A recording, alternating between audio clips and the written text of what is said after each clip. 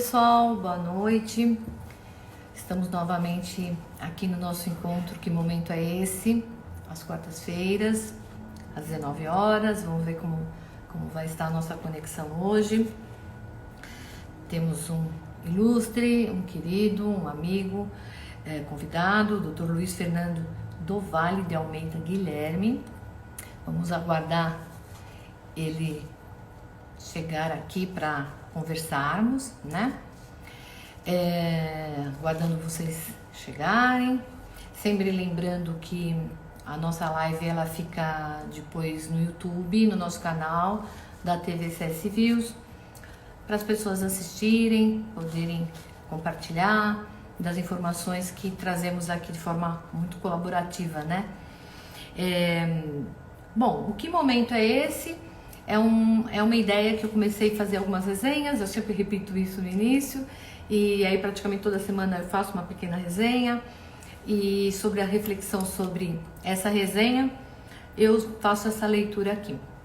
O Dr. Luiz já está aqui, deixa eu aceitá-lo.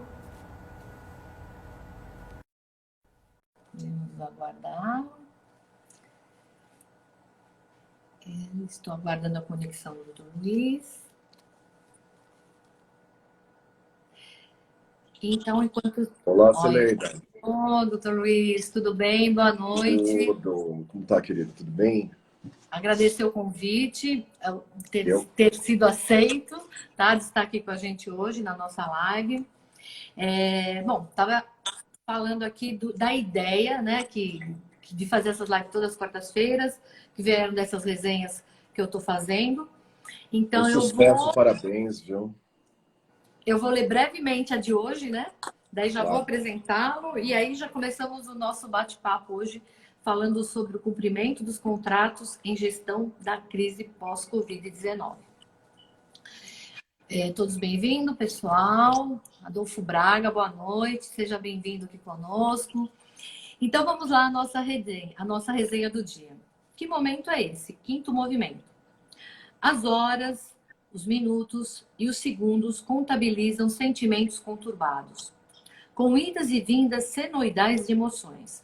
Por vezes, somos invadidos pela plenitude da compaixão e do amor ao próximo, com o desencadear do entendimento de um momento de muita reflexão. Acreditamos que unidos somos mais fortes, que de tudo passará e que em breve voltaremos ao nosso mundo normal, ao núcleo da nossa zona de conforto que outrora dominávamos. Entretanto, alternativamente, nos sentimos abatidos pelas inseguranças individuais de como nos manteremos saudáveis física e emocionalmente, considerando a nebulosa visibilidade do amanhã. Como conviver com essa montanha-russa de percepções e sentimentos? Como estará o mundo pós-Covid-19? Quais serão os aprendizados? Lembremos que, diante dessa pandemia, fomos levados a cuidarmos uns dos outros, nos preservando individualmente. Que momento é esse? Né, doutor Luiz? Que momento é esse que estamos vivendo aqui e que sempre eu reforço, né, que 11 de março, a Organização Mundial da Saúde declarou a pandemia do coronavírus e aqui no Brasil, no dia 20 de março, segundo o Decreto Legislativo número 6 de 2020, reconheceu o estado de calamidade pública no Brasil até 31/12/2020, o que nos traz hoje aqui, né?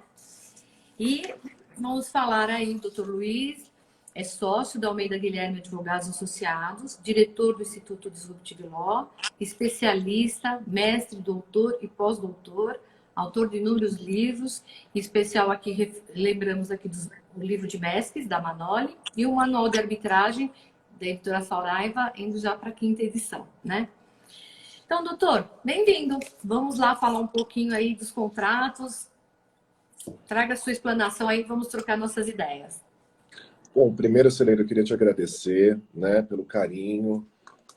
Não sei se as pessoas sabem, você foi uma orientanda queridíssima, pessoa que realmente me deu esse presente de me fazer um professor orientador, né? Eu que agradeço.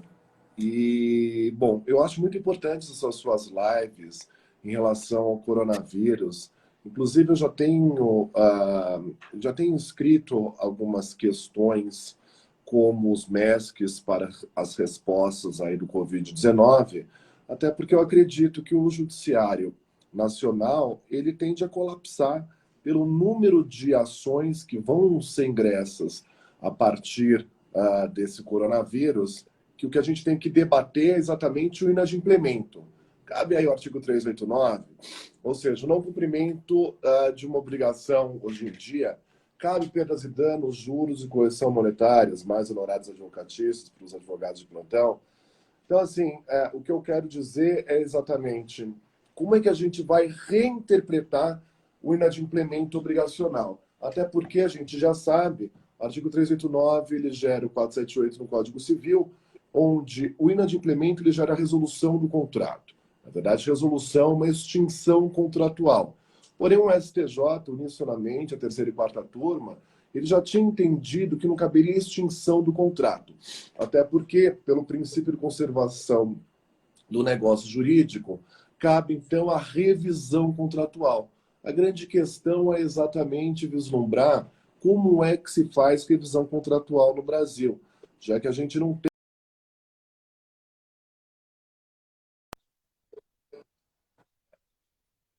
uma estrutura adequada nos nossos cursos de direito, exatamente para que a gente possa trabalhar revisão contratual, para que se cada parte, por exemplo, tenha um negociador para que não gere aquela extinção de obrigação. E além disso, o que é muito importante, e o que as pessoas têm me questionado bastante, é o oportunismo em época de coronavírus. Né? Então, a gente não pode esquecer nunca o artigo 422 do Código Civil, o princípio da probidade e o princípio da boa-fé objetiva, exatamente na manutenção da própria função social do contrato. Ou seja, na manutenção, fazer com que aquele contrato ele gere os seus efeitos e com que esses efeitos a gente possa manter, inclusive, o nosso Estado. Isso antes do coronavírus e por conta das crises econômicas que o Brasil ele já passou, que não foram poucas, né? A minha tese de doutorado já vai fazer, acho que mais de 10 anos, eu havia escrito um livro chamado Função Social do Contrato, Contrato Social, uma análise da crise econômica. Ele já está em segunda edição também pela Saraiva. E nesse livro eu debato bem a quebra do contrato privado, o que isso gera para a estrutura, para a manutenção do próprio Estado social, o próprio Estado, como é que fica isso? As pessoas estão debatendo muito os gastos do governo federal e como é que isso vai ser levado a nós, né? Acho que a população tem que ter um pouco mais de calma e cautela até para os pedidos que estão sendo feitos. Então, veja, todo esse efeito obrigacional, que muitas vezes a gente vislumbra, que é um efeito só entre as partes, na verdade, ele vai gerar um efeito global, um efeito para o próprio Estado. Ou seja, questão tributária, como é que fica isso? Questão acúmulo de ações, tanto em PROCONs como no Judiciário, como é que fica isso? Como é que vai ficar a questão da manutenção dessas obrigações a partir do coronavírus, daqueles contratos que já tinham sido inadimplidos anteriormente? Exato. Cabe a mesma interpretação de inadimplemento do 389, aquele eu simplesmente não paguei o contrato. Porém, agora, com o coronavírus, eu também não paguei. Eu posso interpretar esse inadimplemento como a mesma coisa? Como Porque é que vai eles foram ficar? gerados em condições diferentes, né? O Exatamente. inadimplemento anterior é uma O outra situação, efeito, o né? efeito, o efeito do inadimplemento, o inadimplemento ele nasce em virtude de um outro momento social. Isso é muito importante as pessoas entenderem.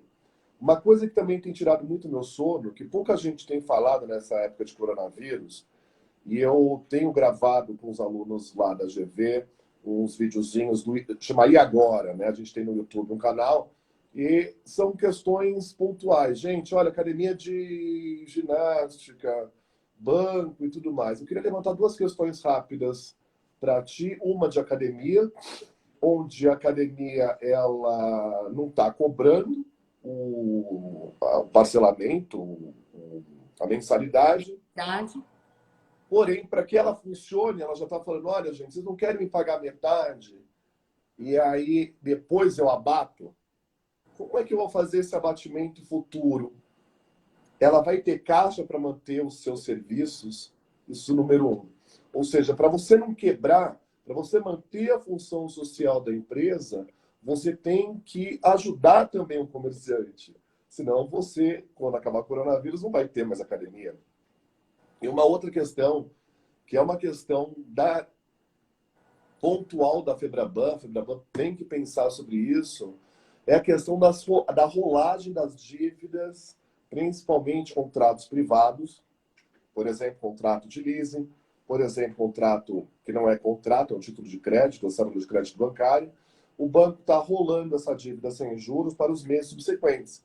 Como é que vai ficar isso, ok? Como é que fica isso futuramente? Aí as pessoas falam, mas o banco ele ganha muito dinheiro. Vamos lembrar, Celeida, que assim, o banqueiro não vai dar dinheiro. Quem dá dinheiro, quem dá liquidez para o banco é o investidor. Então, se você não pagar isso futuramente, o investidor vai ter uma quebra brutal de fundos no Brasil. Ou seja, o oportunismo do ganho de dinheiro, sem um pensamento muito claro e específico de probidade e boa-fé, lembrando, inclusive, que o Código Civil, no artigo 113, a última alteração do Código Civil, a penúltima, na verdade, ela altera o artigo 113 do Código, mas mantém a questão da boa-fé e da probidade. Então, assim, o artigo 422 é muito importante a gente manter contratos, a gente manter o negócio jurídico e não pensar em si. A sociedade com coronavírus, uma sociedade que se torna uma sociedade individualista, isso vai gerar um prejuízo brutal a todo o contrato social, a toda a sociedade. Não adianta. Eu, como sócio do escritório, e é um ponto também que eu tenho falado com muitos advogados, muitos colegas, é a questão de redução de honorários. Então, eu não quero pagar honorários, não tem judiciário aberto. Veja, o advogado não trabalha por conta do judiciário. Existe uma técnica, você estuda. Não é simplesmente, olha, eu não vou pagar, eu não estou recebendo, então eu vou inadimplir. Eu acho que tudo tem que ser revisto. É isso que o coronavírus tem trazido e as pessoas elas não estão conversando especificamente como é que ela vai fazer essa revisão para que não haja um colapso social. Ok? Você sabe muito bem aonde eu moro, onde é meu escritório, sabe que é perto. E você sabe o quanto eu também tenho sofrido, é uma questão pessoal minha, o acúmulo de gente pobre nas ruas pedindo dinheiro. Veja, isso gera um colapso social, exatamente porque essas pessoas estão perdendo trabalho. As pessoas perdendo trabalho também, elas não pagam tributo. O tributo serve para a manutenção do Estado. A dívida pública está subindo e alguém vai pagar a conta. Mas eu acho que nós vamos ter vários aprendizados aí. Em especial em relação a como formular os novos contratos, né? Porque os novos contratos, eles vão ter que começar a previsionar esses eventos que nós nunca imaginávamos que pudessem acontecer. E aí até esse questionamento, acho que já é definido, né? Mas assim, essa dúvida que sempre o pessoal tem levantado. Trata-se de caso fortuito ou trata-se de força maior, o evento do Covid-19? Então, a tua pergunta é muito boa, artigo 393 do Código Civil, caso fortuito força maior, que eu já debati, quem conhece um pouco do meu trabalho como professor de Direito Civil, sabe que eu já debati esse tema num evento, mas que vai fazer 20 anos no próximo ano. Era o 11 de setembro. Ou seja, os contratos no caso de ataque terrorista. Os contratos americanos começaram a ter isso por conta daquele evento. Veja, o direito, ele nunca advém anteriormente de um fato social. O direito, ele nasce por conta do fato. Então, toda norma jurídica, ela tem que resguardar exatamente o quê? Aquilo que aconteceu. Só que a interpretação pode ser dada futuramente. E ela vai ser dada, Selene, exatamente para a manutenção da base principiológica do contrato de equiparação entre as partes. A gente não pode ter um contrato onde as partes elas são totalmente equidistantes. E a gente não pode sempre trabalhar com esse conceito brasileiro, que é um conceito antigo, advém do Código de Defesa do Consumidor, Lei 8.078 de 90, mas é um conceito antigo da hipossuficiência. Ou seja, há sempre a questão da hipossuficiência, sempre a questão do brasileiro falando, olha, eu tenho direito, eu tenho direito, eu tenho direito, porém, na verdade, as pessoas elas têm que vislumbrar os seus deveres. Isso é primordial, né?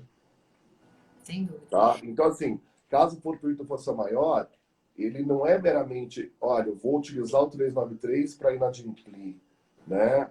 Então, por exemplo, hoje o Senado acaba de aprovar, poucos minutos atrás, um pacote de 60 bilhões de reais para a manutenção dos estados e dos municípios, até porque eles estão contratando em situação emergencial. Veja, né?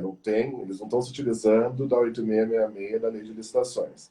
Então, isso tudo, alguém vai pagar isso futuramente, né?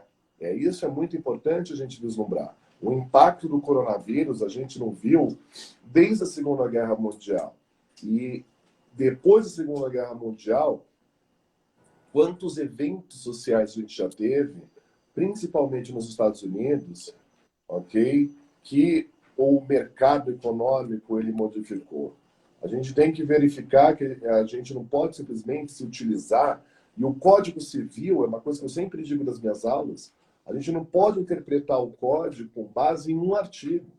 A gente tem que interpretar o código com base na própria sistemática jurídica do código e pelo qual o código ele ingressa no ordenamento jurídico brasileiro. É por isso que eu sempre digo que as pessoas elas têm que vislumbrar a exposição de motivos do Código Civil. Ou seja, por detrás dessa norma, o que tem por detrás? É um bem jurídico. O que se tem por trás de um contrato? É a manutenção daquelas obrigações. Ou seja, você não faz um contrato para inadimplir. E a presunção é sempre de boa-fé. Então, veja, eu não vou me utilizar do 393, porque a obrigação de uma parte ela foi cumprida, por exemplo, no contrato de prestação de serviço, houve obrigação de fazer, vai ter que haver obrigação de dar da outra parte. Pode não ser nesse momento, mas isso vai ter que acontecer. É exatamente isso. Eu tenho conversado, e hoje foi um dos dias que eu falei já com seis advogados, né, que estão fechando, e não temporariamente, os escritórios. Como é que fica também esses contratos? Né? Por exemplo, hoje uma dentista me ligou também, olha, Luiz, o pessoal quer o dinheiro de volta, mas, por exemplo, ela já comprou insumos. Como é que fica o advogado que já recebeu por aquela prestação de serviço e depois ele não vai ter o escritório para manter esse contrato? Então não adianta, veja, o efeito aí é um efeito cascata. Por isso que a questão mais importante é sempre lembrar do caput 421, a própria função social do contrato. Se as pessoas não derem a função social do contrato, se elas não interpretarem o sistema jurídico como um todo, para que se dê para que se analise esse negócio jurídico, né? Todo contrato é um negócio jurídico, para que se mantenha esse negócio jurídico, a gente vai ter uma quebra social brutal, tanto no Brasil como no mundo, né? E o Brasil, isso é indiscutível, os nossos problemas sociais são muito maiores do que de muitos países da Europa, né? Mas assim, nós já temos mecanismos para desenvolver contratos previsionando situações análogas a essa, né? Podemos já previsionar em ter cláusulas compromissórias, em como serão as obrigações diante de N situações, a suspensão desse contrato, o inadimplimento desse contrato. eu me questiono o seguinte, os contratos que estão sendo feitos agora, durante esse período, porque tem coisas acontecendo, tem contratos sendo celebrados, sendo realizados entre partes, todos os tipos de contrato. Será que já estão sendo previsionados? Será que as pessoas já estão pensando nisso também? Os eventos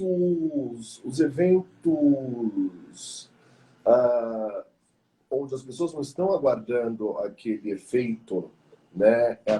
É um efeito até que está aivado aí de um medo social muito grande, é uma doença que está se alastrando. As pessoas, elas, ao meu ver, elas não estão ainda pedindo cláusulas contratuais com esse tipo de exceção. Eu acho que não estão. E isso, na verdade, a gente tem aí, Celeida, 3 questões que eu acho muito importante. Primeiro, a questão do dogmatismo, como é que a gente vai vislumbrar essas novas cláusulas contratuais? Os eventos, principalmente de contratos, ok? De contratos por prazo... de relações continuadas, principalmente, né? Então, são os referidos continuados, ok? Isso número 1. Número 2, novos meios para se vislumbrar no caso de inadimplemento. E, ao meu ver, a manutenção não é se utilizar foro de eleição.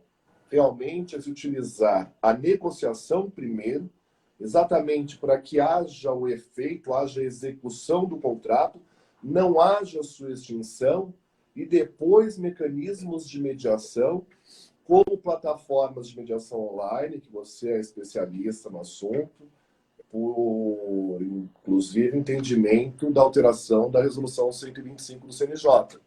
Então, veja, nós temos aí um novo vertente, né, de como os cursos de direito vão ter que preparar os seus alunos a partir de agora.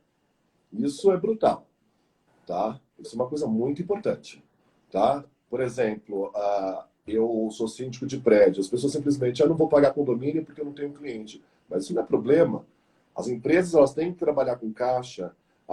As pessoas, elas meramente estão notificando, informando que não vão pagar. Isso não é uma questão. Primeiro, a pessoa não tem uma responsabilidade social. Isso é muito importante.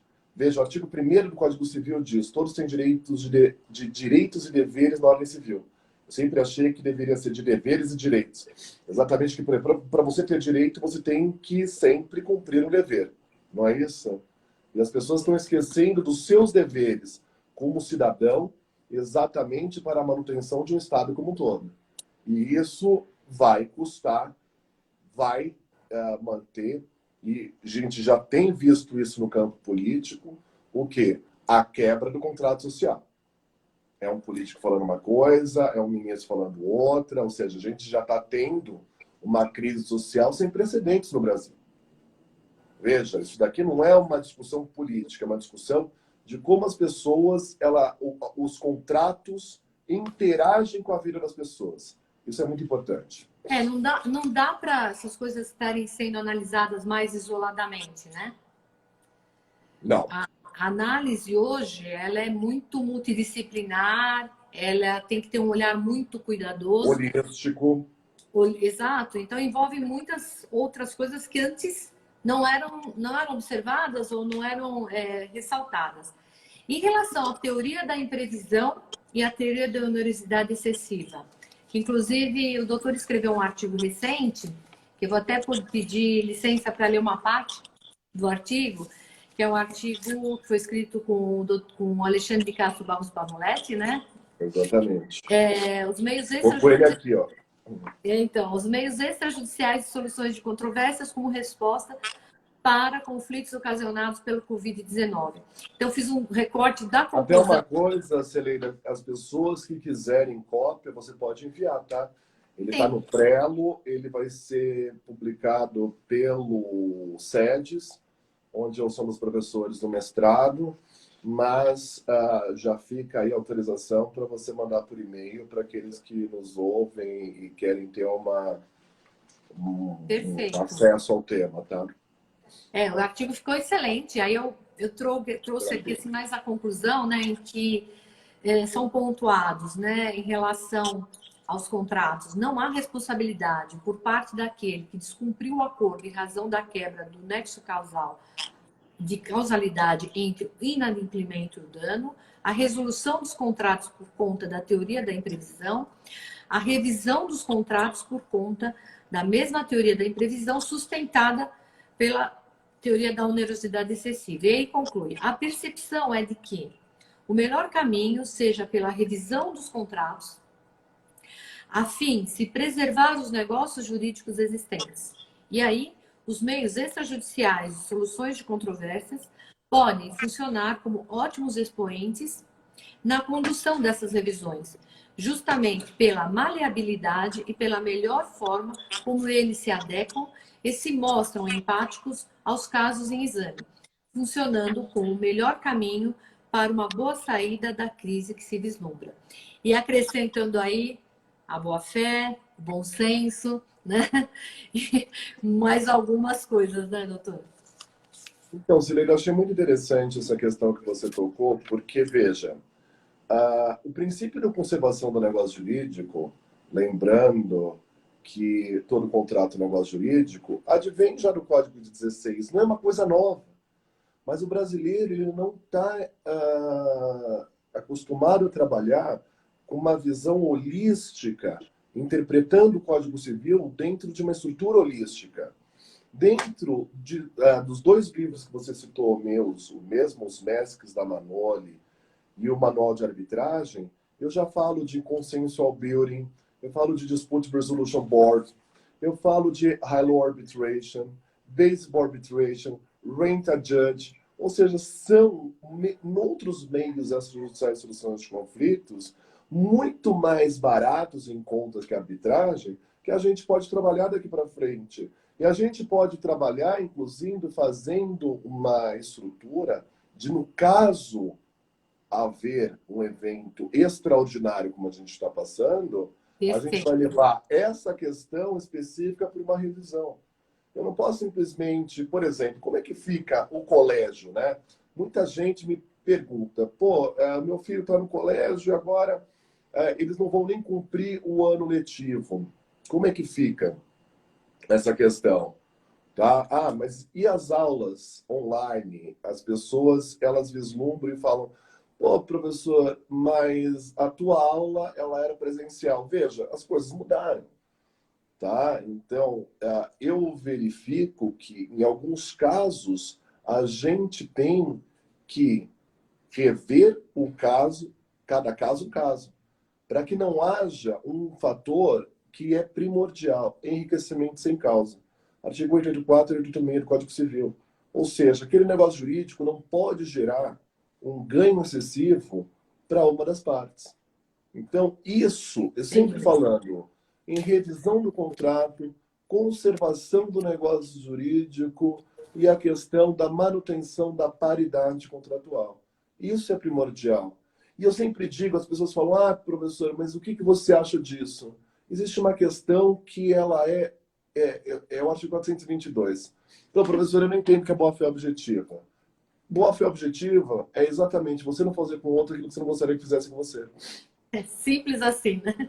Por exemplo, as pessoas falam, mas eu te pago 100, agora eu posso te pagar 10? Você faria isso contigo? Você tem essa possibilidade? Então, Faça veja, o né? exatamente isso. Como vai ser, por exemplo, o governo tem sempre está dizendo isso. Eu faço com que a população não pague imposto, eles estão dando dinheiro para as pessoas. E como é que fica isso daqui 2 meses? As pessoas vão ter dinheiro para pagar esses impostos? Como é que o governo vai viver sem isso? Imagina, exatamente gera aquela quebradeira no mercado. É funcionário público sendo demitido, a empresa estatal sendo vendida, é o que a gente já tem visto, porém com efeito galopante. E como é que as pessoas vão viver assim? E veja que isso vai chegar a você.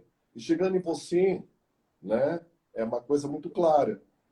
O teu vizinho começa a não pagar condomínio, o teu condomínio sobe, você é solidário naquele pagamento, artigo 269. Como é que fica isso? Entende? Não adianta a gente esquecer que o contrato ele gera efeitos para a sociedade como um todo, para a manutenção do Estado.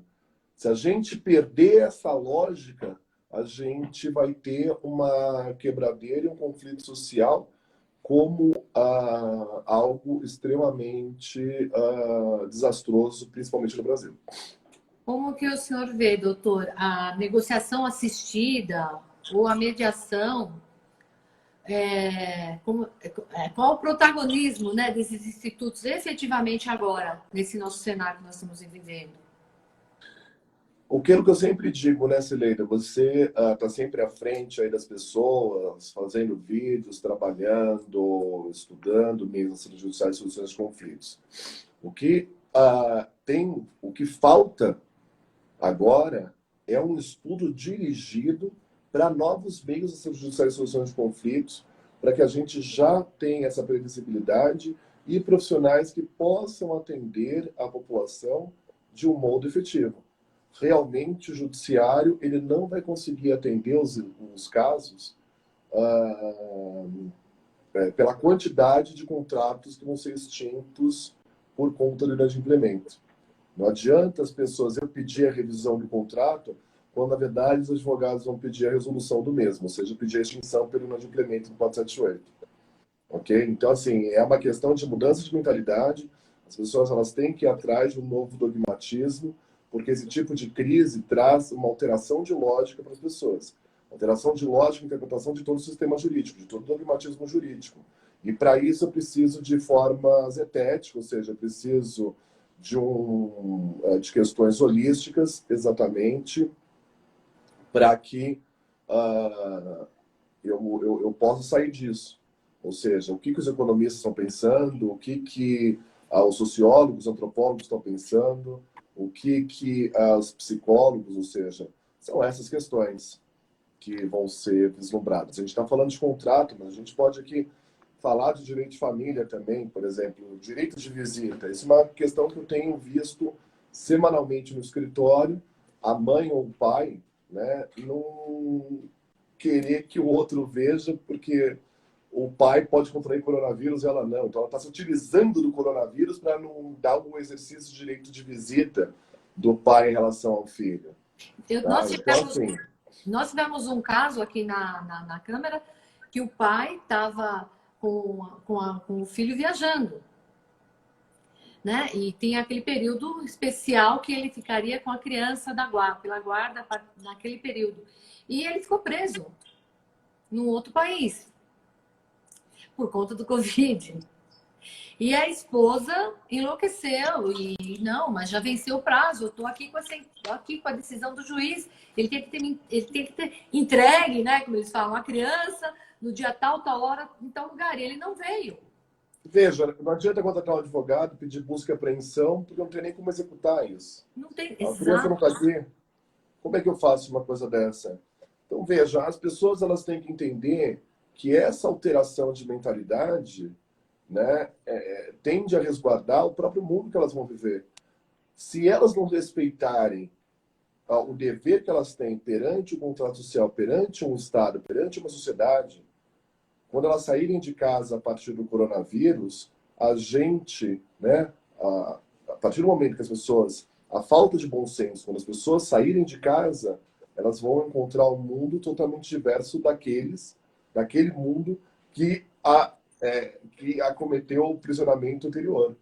Quando a pessoa sair de casa, ela vai ver que ela vive num outro mundo, né? E isso também, eu já tenho ouvido os psicólogos falando e tudo mais, isso vai gerar depois um pós-coronavírus, né? Eu tenho falado com alguns professores, tanto de Portugal como da Espanha, que agora que eles estão começando a sair da quarentena, eles também não querem sair da quarentena, eles estão com medo do mundo que está lá fora. Existe aí a teoria do pânico em relação ao pós-Covid-19. Então, veja, não é uma questão simples, é um medo social incutido nas pessoas, que o que falta realmente é o bom senso e a compreensão das pessoas em prol de um mundo de todos. Isso realmente as pessoas elas têm que pensar muito bem nisso. Eu tenho sempre reforçado, como eu falei no finzinho da minha resenha, né? Lembrando que dentro dessa pandemia fomos levados a cuidarmos um dos outros, nos preservando individualmente. Quer dizer, é uma reflexão meio louca, mas é isso mesmo, né? Eu só vou cuidar do outro, eu só vou preservar o planeta quanto mais eu me cuidar, quanto mais, né, eu me responsabilizar, quanto mais eu tomar protagonismo nas minhas coisas. E então nós temos, acho que, grandes mudanças pela frente aí, não tem como. Todas as lives que eu tenho feito, temas diversificados. A semana passada falamos de inteligência artificial, semana que vem nós vamos estar falando sobre comunicação, depois volto a falar de tecnologia, e depois do direito, e assim a gente vai trazendo todo esse contexto para o nosso cenário, né? Para nos dar os insights e para nos ajudar a Eu criar. espero que você acabe com as lives e comece logo a dar aula na especialização, porque realmente só na live não dá não, né? Em Eu breve acho que é estaremos. ótimo, ótima live, ótima ideia, mas que a live também, a gente volte, né? Eu acho muito interessante esse contato direto com o aluno. Eu acho isso muito importante, muito gostoso, né? Sem dúvida, né?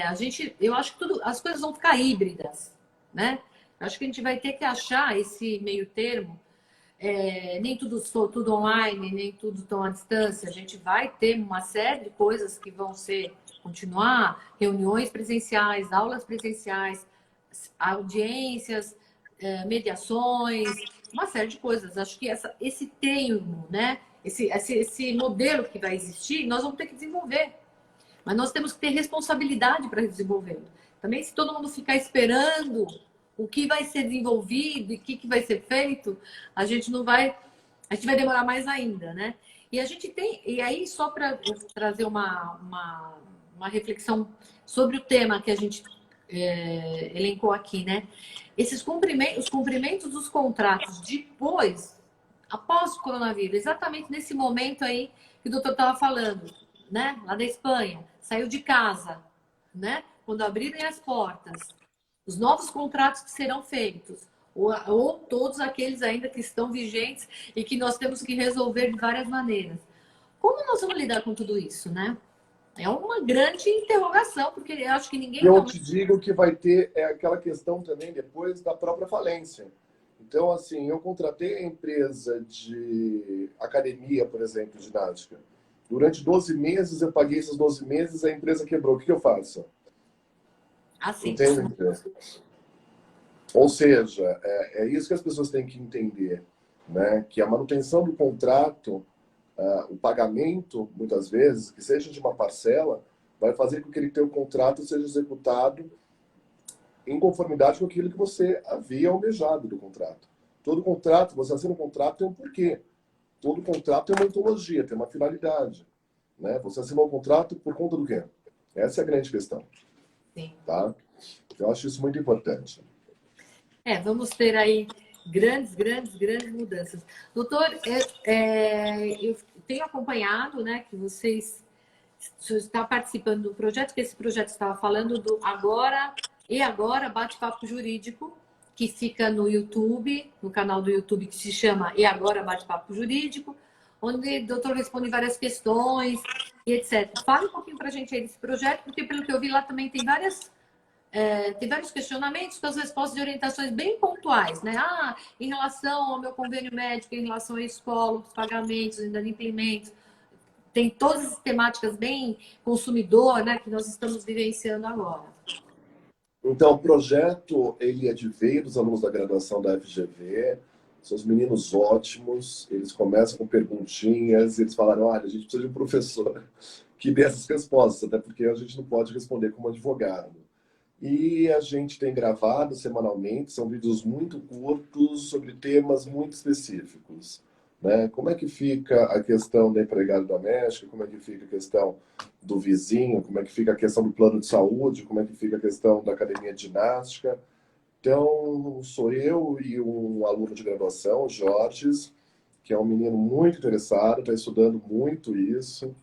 A gente tem tido várias reuniões semanais sobre a questão do Covid-19. e os efeitos que isso gera nos negócios jurídicos e na sociedade como um todo. Então, muitas vezes as pessoas elas respondem determinadas questões dentro de uma questão, dentro de um irracionalismo. Eu sempre digo, inclusive eu disse isso há mais de 10 anos na minha tese de doutorado, que o irracionalismo jurídico ele gera exatamente a quebra sistemática de negócios jurídicos. Então, não adianta você simplesmente falar, eu não vou pagar. A grande questão é, o que eu posso fazer para pagar? O que eu posso fazer para adimplir? Eu acho que a questão é exatamente contrária. Tá? Eu acho isso muito importante. Até porque quando as pessoas saírem, né, não vai ter mais supermercado, não vai ter mais farmácia, não vai ter mais academia.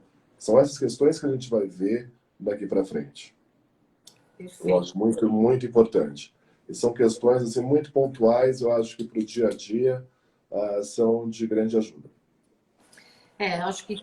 E aí, voltando àquilo, né? E sempre falando dentro do contexto que a gente acredita muito, acho que é um excelente momento, não o que eu falei, estava falando numa live, inclusive, com o doutor Alexandre Abreu, lá do Maranhão, nós falamos, então, excelente oportunidade para a mediação, para a negociação, para os métodos extrajudiciais. Claro que a gente fala isso com muito respeito ao momento que a gente está passando. Para a revisão contratual, inclusive para fazer aditivos contratuais. Né? Sim. Uma coisa que eu também peço um pouco de apelo dos advogados, entendeu? É que também os advogados, eu peço até desculpa da utilização do termo que eu vou usar, mas é que não haja prostituição da profissão. Ou seja, eu estou perdendo cliente, então eu vou aceitar cliente a qualquer preço. Vamos lembrar que existe uma tabela de honorários da ordem, vamos lembrar que a gente tem outros colegas, vamos lembrar dessa amizade que temos entre a gente, de associações que fazemos parte, exatamente para que exista, né, a manutenção desse corporativismo jurídico, que também é tão importante para a manutenção da nossa própria democracia. Né? Sem dúvida. Sem dúvida. Doutor, tem várias pessoas que mandaram algumas perguntas e estão perguntando como mandarem novas perguntas. Então, como a gente tem um tempo aqui, nós já estamos daqui a pouco estourando o nosso tempo aqui do Instagram, o que eu vou me comprometer, né? Se as pessoas quiserem, podem encaminhar as perguntas, se o doutor não me permitir, para... Pode passar meu e-mail. Esse vírus, para o nosso e-mail, repassamos para o doutor, depois publicamos e encaminhamos para as pessoas que quiserem nos enviar, né? E aí teremos umas respostas mais adequadas. Doutor, o que podemos concluir aí para nós não estourarmos nosso tempo? Eu acho, primeiro, quero mais uma vez te agradecer e vamos dentro dessa nova mentalidade de meios extrajudiciais e soluções de conflitos, fazer com que o negócio jurídico ele tenha, a partir disso, uma nova interpretação, com revisão, com esses meios que eu já elenquei para você, que inclusive vai sair no meu livro, eu já estou colocando isso na quinta edição da Saraiva, no Manual de Arbitragem, que já tem nesse Mestres da Manoli, exatamente essas questões que, a partir desse momento, a gente vai ter que interpretar dentro de uma outra forma. Não adianta mais interpretar o contrato somente vendo as partes. A gente tem que interpretar o contrato vendo a que mundo que aquele contrato serve. Para que sociedade, para que coletividade que aquele contrato serve. Isso é muito importante para que não haja irracionalismo de nenhuma das partes e gere, né, um conflito de natureza social e coletiva que a gente já tem visto um pouco, infelizmente, no Brasil. Perfeito. Olha, tem pessoas perguntando novamente o canal do YouTube que o professor Luiz está fazendo com o pessoal lá da GV, né? Da FGV, chama-se E Agora? Bate-Papo Jurídico, tá lá no YouTube. Tem várias gravações lá, né? Com respostas bem objetivas, com uma comunicação bem assertiva aí, porque o que as pessoas também precisam um pouco mais da subjetividade, as pessoas querem saber como resolver a sua vida, o seu dia a dia, né? E é o que a gente fala, esse vírus ele trouxe uma problemática democrática, né? É para todo mundo, independe de classe social, de conhecimento e etc. O vírus ele ele trouxe essa democracia, vamos dizer assim, de problemas, né? E vamos enfrentá-los aí, vamos tentar sempre colaborar aqui, trazer informações. E eu também quero agradecer demais, doutor Luiz, professor, meu orientador da minha tese de mestrado, em breve, quem sabe aí do doutorado. E seguimos. Pessoal, quero agradecer. Lembrando que a gente vai lançar teu livro, lembrando que a gente vai lançar o Sim, volume 7. exato. O Depois livro disso do tudo, a diário. gente vai, eu espero que a gente possa fazer muitos eventos, Helena. Sim, o livro. Parabéns mais uma vez pela sua iniciativa, tá? Obrigada. O livro nós íamos lançar, do qual eu tenho também, mais uma vez, o seu prólogo lá, de ter a sua dedicação, mas por conta também do coronavírus, etc., tivemos que remarcar e espero que em breve, porque precisa ser um lançamento face to face, né? A gente precisa fazer o lançamento com o contato das pessoas. Então, resolvemos realmente esperar, passar um pouco tudo isso e em breve estarei lançando aí o livro também. Professor, doutor, muito obrigada e Obrigado, até a Helena. próxima. Obrigado, tá? Pessoal, muito obrigada. Até quarta-feira que vem com mais uma live. Que momento é esse? Até lá.